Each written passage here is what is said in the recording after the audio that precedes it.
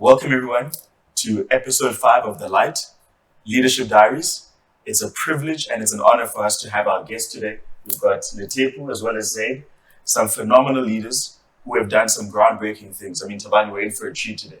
Yeah. So all I want to say to you is please get a pen, get a piece of paper, get your cell phone, your iPad, whatever it is that you want to use to document, to store this information. It's going to be a very impactful time where you're going to learn, you're going to grow, and most importantly, make sure that the people that you love and you care about also hear about what you've learned about as well. Let me take this time to shine the light, shine the lights, shine the lights.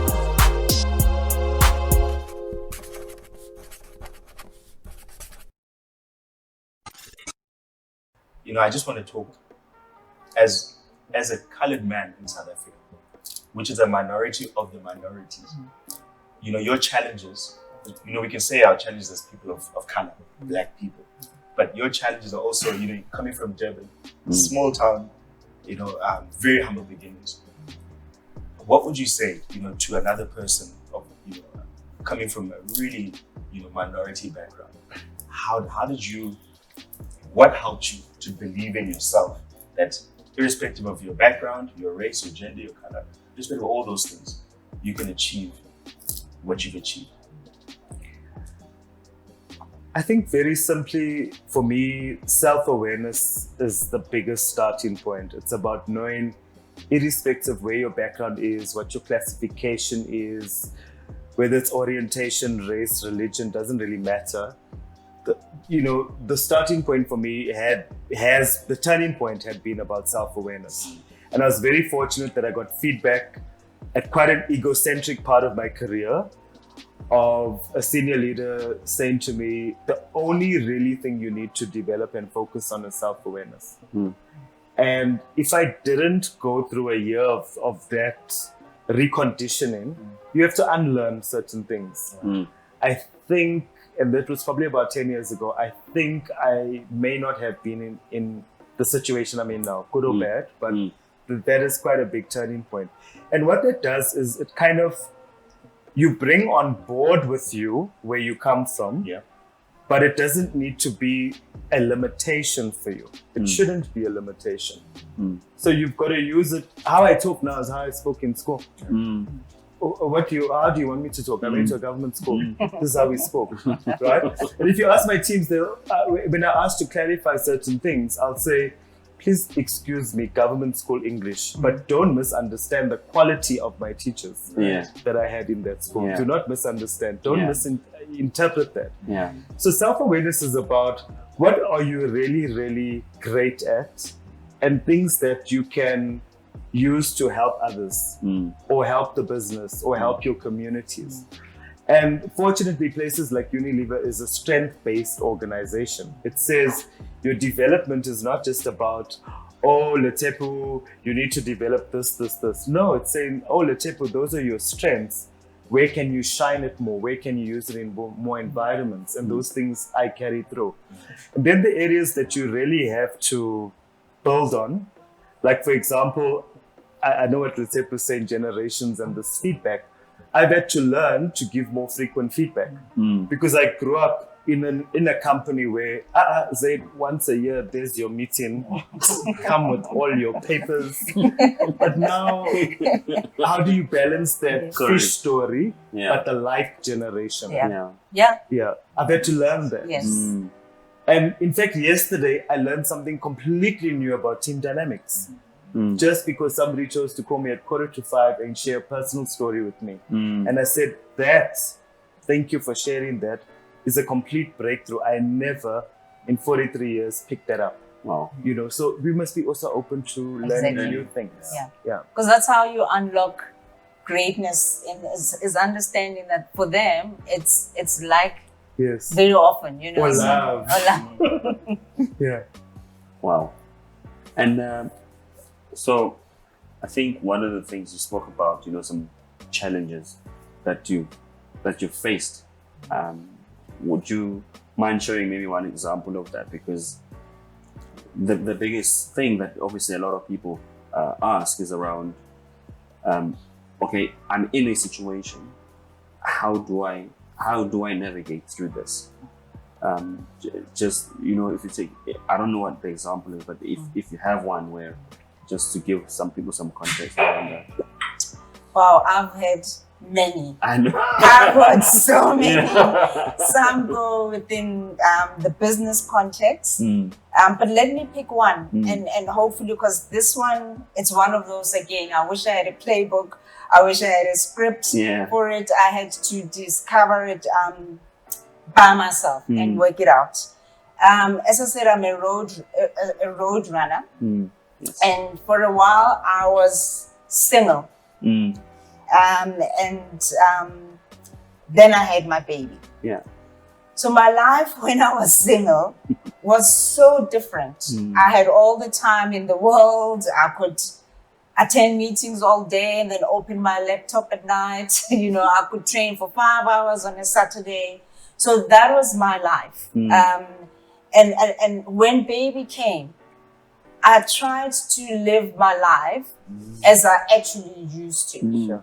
I still wanted to run Comrades. You know, I wanted to be a mom, a good leader, a good daughter, wanted to have it all, which you can, by the way. You can have it all, but not at the same time. Your life is now completely different. But it took me almost 18 months to finally come to terms that it's okay to just go in there and say, I'll settle for 10Ks, you know, because I can't run. But it was such a big part of my life. I had mates. We met every Saturday. We ran and we had coffee afterwards. So I was yearning for that life, you know, and not recognizing that it just cannot be.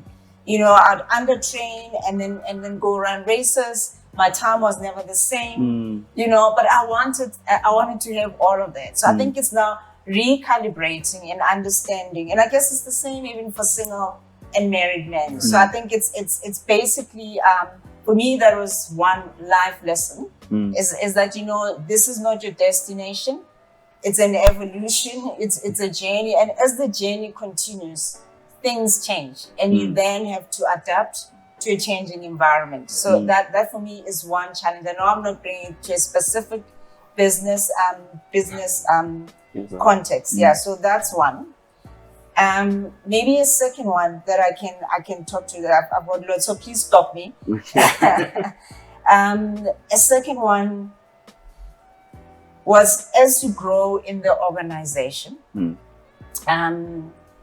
basically what got you here is actually not what's going to keep you there or take you forward. You know, and I'll say it from a management point of view. And we grow up, and let's face it, you go to school, you write a test, you get marked, you pass, you go to the next grade. Right. You know, it's all about validation. Correct. You know, so you look to people to validate you. They validate you, they promote you, you know, and then you continue to seek validation from the very same people. So that was just how we're actually wired. So and moving from stage to stage, so say when you're a manager, it's competency based. So you can do all these things, you get promoted. So you still work in that space and seeking validation, so to speak. Not understanding that as you grow in the organization, different skills are required. You're no longer there to prove that you can do the job. It's assumed. Now it's about influence, it's about impact, and it's really understanding you have to make a decision, and regardless, you know, not everyone's going to be happy, you know, so you can't seek validation and make sure that everybody's happy, that whatever decision you make, someone's going to like it or someone's not. You know, at the end of the day, they said, you know, you're not Rihanna, so not everyone is going to like you. So, and I think that was for me a big shift in getting into different levels, and that to get the job done properly is no longer a popularity contest, but doing the right thing, and it will mean that some people will not be happy with the choices that you make. I'll stop with that second example and hand over to Zaid. So I think my approach has shifted on this. Sometimes I think I've made it slightly difficult on myself by entering new organizations in my 30s and 40s. What that means is, and what I've realized in hindsight, you walk in to a new role or a new organization or a new level, new environment, you met with all the unconscious bias and stereotypes that Yeah. you spoke about. Yeah. So in the first phase, it would probably be about, let me rapidly establish credibility by disproving what is conscious, what I can see and receive. Yeah. That's probably in my early 30s when I joined Coke and we met each other at that point. Because here's a colored male, World Cup's coming, he's going to develop the whole marketing, so work with all the bottlers, blah, blah, across Africa, global. Quite a big thing at that time for a 30-year-old. But at the same time, I knew what I was experiencing in the country. This was 2008, right? We were not where we are today. And that was quite a public-facing role as well, add to introversion. But that's how I managed it at the time. Today, I manage it through building the basics of relationships, understanding who people are, where they are coming from, what are their expectations, what's their previous experiences of this. And I mean, you all know, right? We've all entered different organizations or levels. The first thing I ask people is, why is somebody who's not in the organization in this role? Yeah. And who were those people that could have been in this role? Because that gives an indication of what the journey is ahead for us. Yeah. Then in addition, you've still got to now over-deliver, because there's associations. Am I an affirmative action candidate? Can I do this job? Oh, but I come from another environment. Can I? You have to journey and actually build that credibility. So that is my hope, is that there is another generation who have people to then reach out to and lean on and say, how can you help me through this situation? Have you experienced something like this before that you can share? You know, and can I build? Because Zaid has raised an important point, which is around networking. And if I can, for now, just bear with me, make it black and white. What I was hoping in this role is that I would get more, now that I'm here, I would get more and more Black folks, Black managers reaching out. You know, now that they know that they've got support, you know, at the top. What I found very interestingly is that they didn't. Which then begs the question, why is it so difficult for Black folks to actually reach out, ask for help, connect, and actually use this? If anything, it's more your white folks, your white managers who reach out and network and gets to go further. So I'm really hoping, if anything, there's one thing we can unpack is around networking. We just don't do it. And then if I speak for personal experience, if anything, it was, and I think networking perhaps has got certain connotations. That's correct. I think, you know, let's meet, let's connect over. At the time, it was cheese and wine at a function, you know, and then I meet, and then I'm one. It's not about that. It's around connections, and it's amazing how the ecosystem works.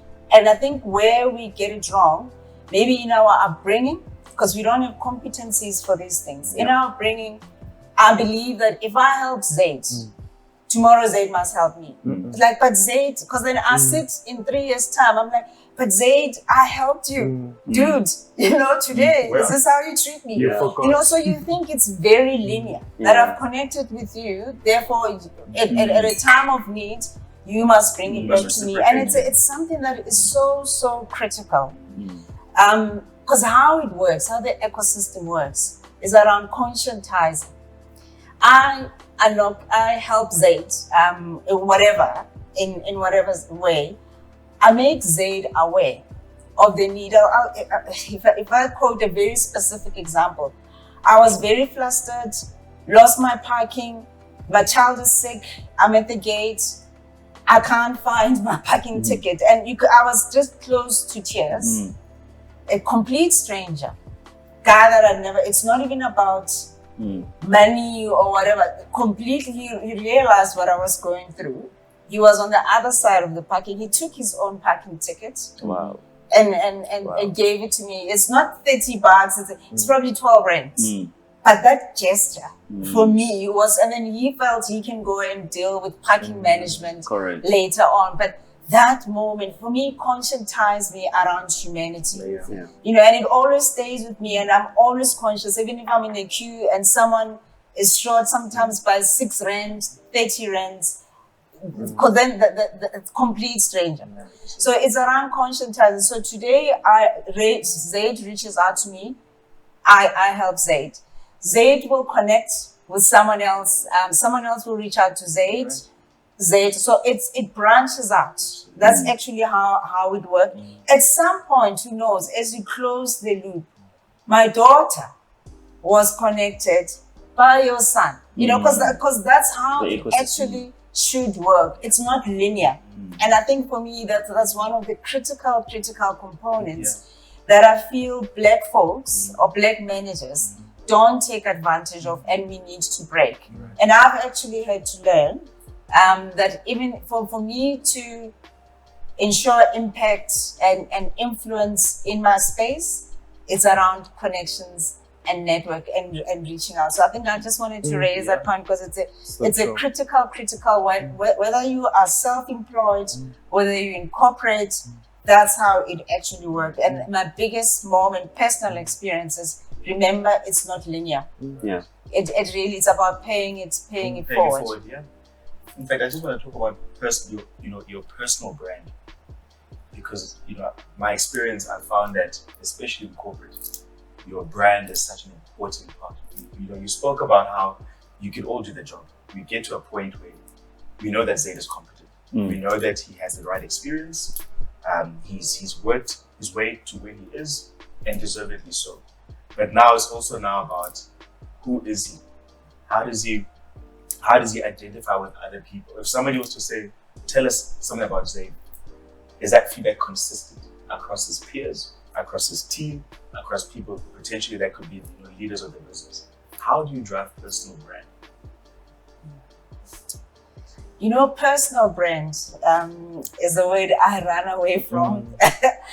But what is a brand, basically? And you guys demonstrated it earlier on. Basically, it's what people say about you when you're not in the room. Correct. Right? And so how do you drive it, basically? I always go back to being your true, authentic self.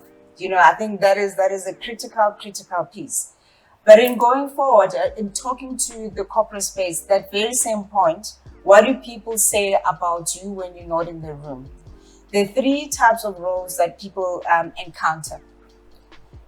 You can get a mentor who helps you. You can get a coach who advises you, and I'd advise anyone, if you get to a point of getting a coach, please do. And then you can get a sponsor.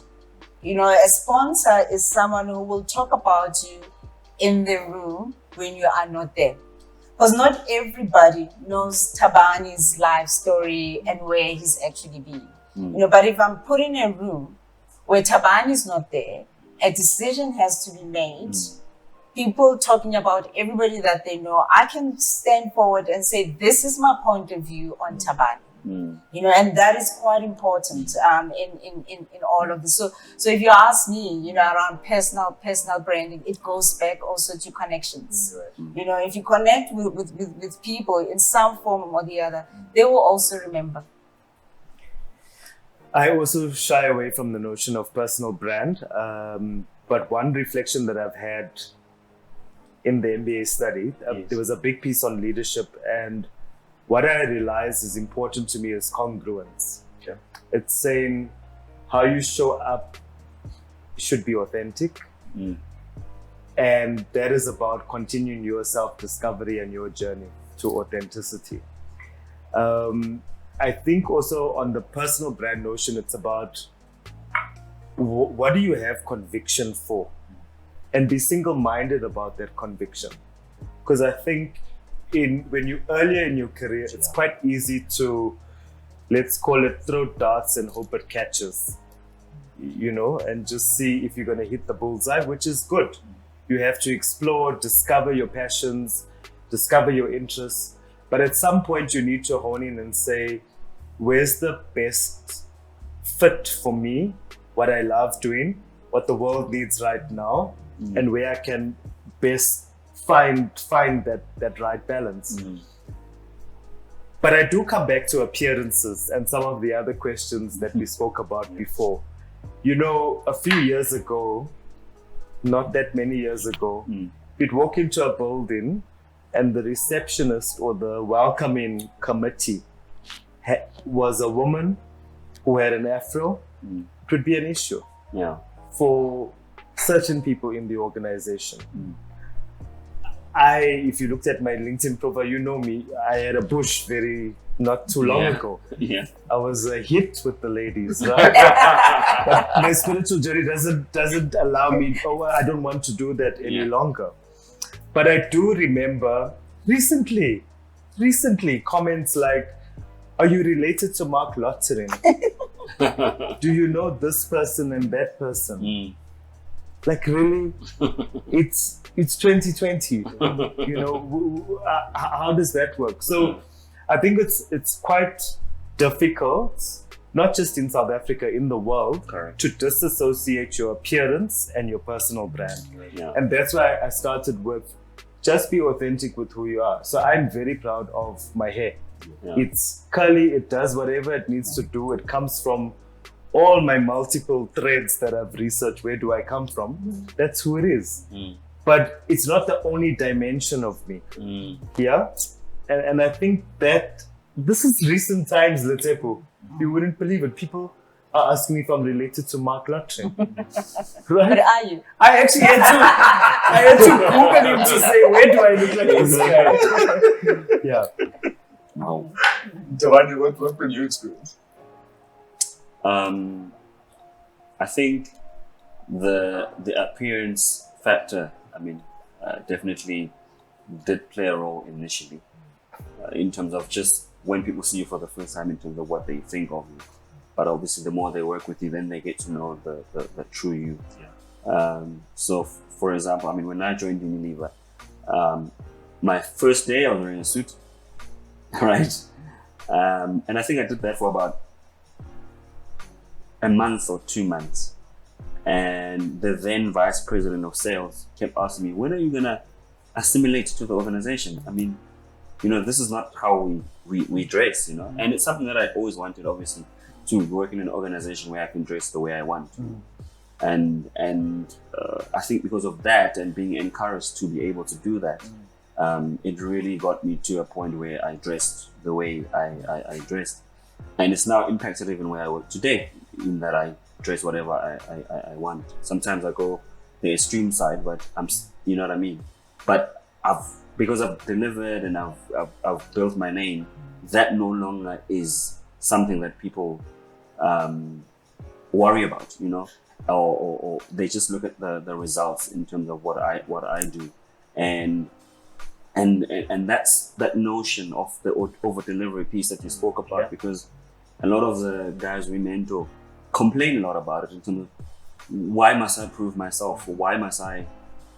And I say, well, that's your CV, that you doing that and being or over delivering. For me, it's always about I want to be the standard. Everywhere I go, when I leave, I want to be that standard. And so my experience has been that, initially people make up whatever their minds, but the more you work with them, if it was negative, it changes. Amazing, But the ideal is just to get them in a neutral space from the get-go, because then you can build from there. But I can't rock up to work wearing shorts on my very first day, So I do think about that before I build a name. And I don't know how you. We've chatted a bit about this before as well. We've almost run out of time. Yeah. And you'd never think that we'd be able to talk about these things at such great length. Yeah. But I must say, I think when we talk about personal brand, it's just being authentically you. Yeah. Whatever that looks like. And really sticking to it. You know, you'll meet people who may have an impact on your life. And it's not about trying to be like them or mirror or being a mirror of them. It's about taking some of the good and then seeing how you can adopt it in an authentic way. That when people talk to you, when they see your behavior, they still realize that it's still you at the core of it all. And you can only be authentic if you know who you are. So it's really important for people to know who you are, know what you're trying to achieve, know where you're trying to go, know what your vision is, know what your dreams are, know what your aspirations are. And then through that, you'll find that there's that thread that just continuously, it continuously goes with your journey. So if anything, be you and be the best version of you. Because the best version of you is the best you. And that's what I want to say, to all aspiring leaders, managers, mentees, mentors out there that are listening. So, we've come to the time of the end of the show. We just want to thank Letepu again for your valuable input. You're sharing your experiences, sharing some of your setbacks, sharing your journey. Zaid, it's always lovely talking to you. I know we can always listen to your mentorship and just your insights into so many different things. So, and Tabata and I definitely, we don't take it for granted that both of you could spend this time with us when you could be doing so many other things just to help us, but as well as the people that are also listening. Can I just say something? Yeah, it would be great, for you guys, if you can just share whatever the last comments that you'd wanna leave us with, just individually before I summarize as the summarizer. Maybe you could give us your final thoughts or words. Yeah. Okay, so for me, maybe 3 things. The first thing is the importance of continuous learning, especially in today's world. We live in such a fast-paced world, and if you think that the average person spends over 2 hours, I think this is 2 hours, 20 minutes on social media. There's nothing wrong with social media, but every single day, if you think about it, spending 2.5 hours on social media and not taking the opportunity, it takes an hour a day to learn something new. It's a lost opportunity. I think for me, that is just an appeal to every single person, is the need, and I've never felt the need more than now. So I think that if anything, that's one. A second one is that all of us have room to improve and grow, and reach the best version of ourselves. And the only learning and recognizing that, it doesn't happen, growing and developing doesn't happen in a day, that it happens daily. So what are your daily habits? Because those then shape you, that you look today, 5 years ago, I'm a different person to actually who I am. So the importance of living consciously, is my second piece to it. And then the last piece, which you spoke about, is of the authenticity. Very easy to say it, be authentic, be the best version of you. The reality, and maybe I'm taking it based on my journey, is that for most people, it may not be easy. If I take corporate South Africa, for example, a lot of people have found it very difficult to be who they are. Then you want to fit in and be like everybody else, be macho, be this. But it's still quite important, even if it means you seek help to stay true to actually who you are. When you shared who people say I was, I silently, I thought, okay, so I'm consistent. I'm the same person. I've never been macho, and I've always been me. And most of the times where I've succeeded is when I was being my true self. So no matter how difficult it is, I didn't go to a Model C school. I don't have an accent. I don't say luxury. I say luxury. I say luxury. So that is. I don't even know about bespoke. So that is truly who I am. And I entered an environment where people conflate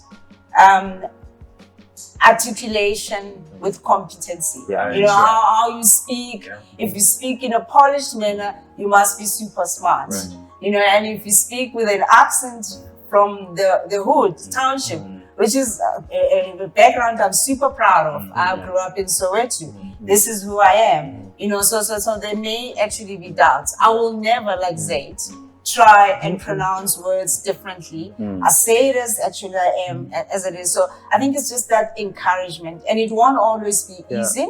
In a different, it might be cultural, it might be, but bringing in the best version, and don't be scared to then step out, reach out to your network when things are actually not going the way, versus trying to then shift and try and be somebody else. Thanks. I have some very simple beliefs. One of them is each day a new beginning. So it's very easy to carry luggage every single day. But honestly, there was a point where it's not sustainable anymore. However, make the time, weekly I do, to reflect what you could have improved on in different interactions, where you scored an own goal, where you kind of misread the room, however you want to call it. Reflect on that, and that is how you will find, with your own experiences and your own interactions, you can start polishing, improving towards your most authentic self. Very difficult journey. I understand exactly what Letep was saying, which is why I link it also back to self-awareness all the time. Not self-critique. Not self-critique. We're very critical of ourselves as South Africans, as Africans, very critical of ourselves. So, but this is about self-awareness to help you improve yourself, your communities, the environment you operate in, whether it's a corporate, whether it's your own business, etc. I think the other key thing for me is, and this probably took me the longest time to get to, is how do you not personalize every situation that you find yourself in? So whether it's a job that you get declined for, I got a decline for a job on WhatsApp. I'm like, what? Girls don't even do that. They don't even dump you on WhatsApp. You know, it's not a thing to do. But okay, fine. That talks to, it wasn't meant to be. That would not have been an environment, my personality would have fitted into that kind of environment. So again, it's not taking those things personally, but carve that time. I love what Letep was saying. And learning now, because of COVID, is free. It's everywhere. Exactly. You can learn anything you want to. We just spoke about it. Our parents didn't have that opportunity. We didn't have that opportunity. But now the whole world has. You can learn anything for free. The other thing is nurture and treasure the relationships that you have, whether it's with your family, your community, your friends, you know, and that's how it is. You know, just to close on an anecdote, a cousin is like a brother of mine. He still lives in Sydenham, where we come from, and he's an entrepreneur, and he advocates other colored, Black, Indian, African businesses in the community to help the community help himself. He's been slated on social media. For what? That's what we should be doing. Correct. We should be promoting each other's passions and interests and helping each other. I think that's the thing that we all need to help each other do, is how do we celebrate each other. You guys inspired me to be here today. Yes. You've taken something. We do one-on-one mentoring here and there. That's old school. You have now given platform for people to share with other people in the room. So thank you for inspiring us. Thank you. Thank you guys for being part of the panel. I mean, I usually summarize, as you know, but I think everything I was going to say has been shared by the panel. Now that you've enjoyed episode number 5 of the Light Leadership Diaries, please be sure to subscribe right here. And after you subscribe, Tabani, what should they do? Hit the bell notification so that every time we upload a new episode, you get the communication. And then if you really enjoy the content, make sure that you like it and you share it with your friends in your community. And more importantly, make sure that you comment with any views or feedback or even some proposals or new information that you may want to have. Who's that? Let me take this time to shine.